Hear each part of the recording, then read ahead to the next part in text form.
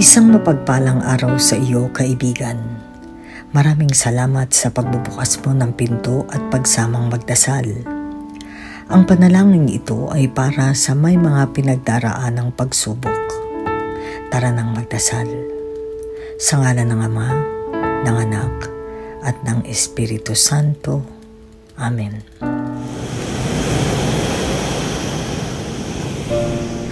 Panginoon, naririto po akong muli at dumudulog sa iyo. Nasa gitna na naman ako ng daluyong ng mga pagsubok. Hindi ko maiwasang manghina sa bigat ng sitwasyon namin ngayon. Bulag at lito pa rin ako sa mga dapat gawin kung paano at saan magsisimulang muli. Alam ko pong hindi ako dapat sumuko dahil maging mga mahal ko sa buhay, nahihirapan din ngayon.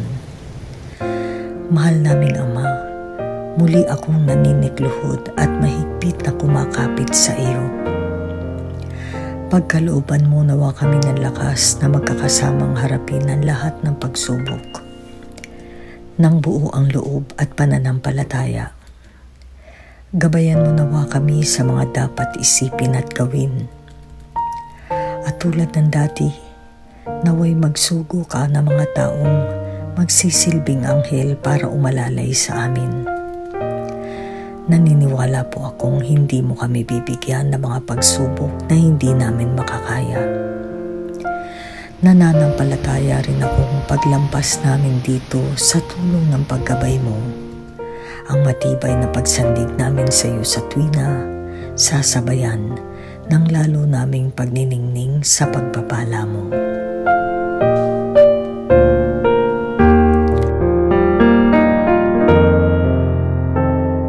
Sa ngalan ng Ama, ng Anak, at ng Espiritu Santo.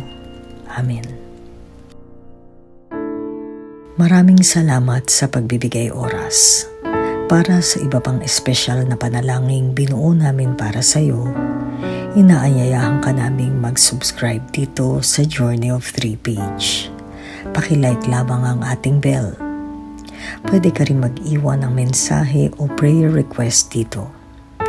Pagpalain ka nawa, kaibigan.